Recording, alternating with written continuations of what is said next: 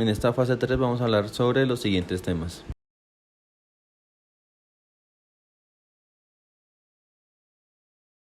Allí, en la extinción de la conducta condicionada, es donde observamos la disminución de comportamientos con la ayuda del condicionamiento clásico, es decir, la reducción o pérdida de la conducta condicionada. Cuando hablamos sobre la extinción, debemos hablar primeramente de una adquisición o un aprendizaje previo, es decir, primero debe haber un aprendizaje presentado por un reforzador, en el caso del condicionamiento instrumental, y en el caso del condicionamiento clásico vamos a observar el estímulo incondicionado. Presentando estímulos apetitivos o aversivos en el comportamiento, su conducta va a responder con una disminución de la respuesta o un aumento de la variabilidad. Con lo cual te vas a poner un trozo de comida y le vas a decir que te lo coja. ¡Lola! ¡Ah, muy bien! Esto lo vas a repetir varias veces. En este ejemplo observamos previamente la adquisición del comportamiento. Teniendo en cuenta que la comida se toma como el estímulo condicionado, inicialmente se había condicionado al perro con el premio recibido después de cumplir una tarea. Luego se inicia con la extinción presentando una variabilidad de la recompensa que le dan al individuo con intervalos de tiempo favorables para la extinción, o en el caso del condicionamiento instrumental se eliminan los reforzadores del individuo. De acuerdo a estos procedimientos de la extinción, el perro va a tener un aumento en su respuesta, en la búsqueda de descartar que el resultado de la conducta no sea por parte de su comportamiento inicial.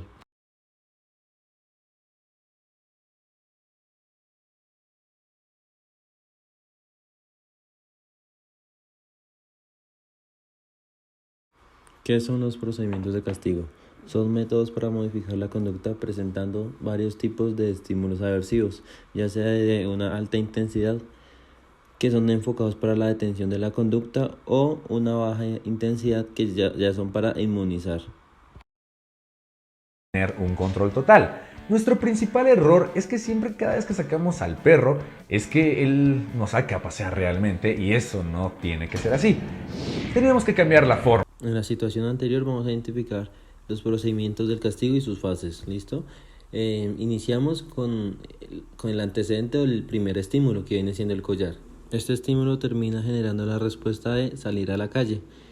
Por último, la consecuencia es tomar el mando del paseo jalando bruscamente al amo o a la persona a quien pasea al perro. En este caso se puede observar dos tipos de castigos positivos. Uno sería el collar de ahogo y el otro es el de choque eléctrico. Con este segundo collar se puede obtener una mejor y mayor medición en el castigo, ya que se pueden tomar aspectos como demora del castigo, contingencia, y se puede medir su intensidad, ya sea una intensidad alta o una intensidad baja. Con este segundo collar, el de ahogo, se va a encontrar un incremento en la tasa de castigo. En estos casos, el individuo debe decidir si sigue con la conducta obteniendo su reforzador o no responder para no recibir el castigo.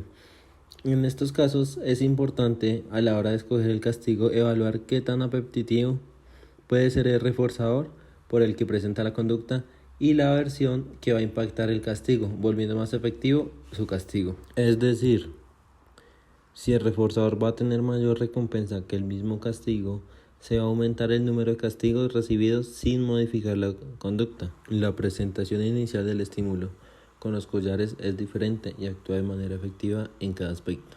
En el caso del collar eléctrico, se va a castigar con una descarga inicial más intensa, determinando cómo va a ser la respuesta en la segunda exposición, donde se va a reducir.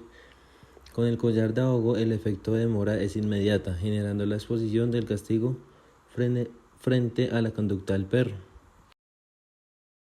En el aprendizaje por evitación se genera un proceso de condicionamiento clásico, en el cual se presentan estímulos aversivos, presentando por consiguiente un estímulo condicionado e incondicionado. Se aprende una respuesta operante evitando este estímulo. Esta motivación para el escape sea por condicionamiento clásico, generación de miedo o respuesta instrumental, aunque cabe resaltar que no siempre la sensación de miedo se asocia con la respuesta de evitación.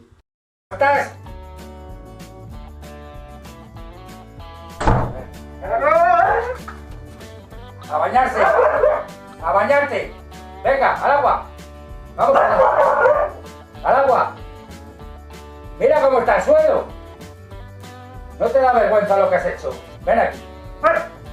Vamos. Vamos. Venga. ¿Has roto esto? Venga, vamos, vamos. Ya se... Vamos a bañar. En la situación presentada anteriormente, es un claro ejemplo del aprendizaje por evitación. Inicialmente se tuvo una experiencia con un estímulo aversivo, luego se transformó a un estímulo condicionado o incondicionado, que es el baño, y pues por lo tanto se generó esta respuesta operante evitando el estímulo del llamado a vamos a bañarnos. En estos comportamientos se observó el miedo. También es sumamente importante hablar no solamente de la evitación, sino de la extinción sobre esta conducta de la evitación, es decir, el por qué es importante obligar a que el sujeto sea expuesto al estímulo que fue aprendido como aversivo, ya que en futuras ocasiones se pueden perder oportunidades donde los estímulos no sean aversivos, en cambio puedan tomarse como reforzadores o positivos.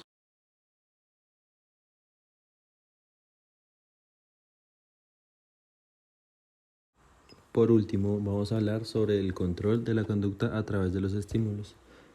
Vamos a iniciar con los estímulos antecedentes. Se asocia el estímulo antecedente y la respuesta, generando una consecuencia. Este estímulo normalmente puede ser procedente del contexto, partiéndose como un estímulo único o en partes diferentes. En estos casos donde se observa el estímulo en partes diferentes, es importante su identificación y medición del control de este estímulo. Con distintos elementos del mismo estímulo controlan una misma conducta en individuos diferentes respondiendo en una característica diferente en el ejercicio. Para este ejemplo usamos como objeto de estudio como individuo a mi perro, identificando el estímulo de salir de la casa en dos partes, discriminado cada uno que está compuesto en dos elementos. El primer elemento es el llamado vamos y el segundo está cuando tomamos su collar. Observamos que su respuesta es dirigirse a la puerta de manera agitada. Cuando se presenta un solo elemento, no se presenta una respuesta de la misma manera que cuando presentamos ambos estímulos. Por lo tanto, es un buen ejemplo para la respuesta diferencial, donde discriminamos el estímulo para cada una de las respuestas.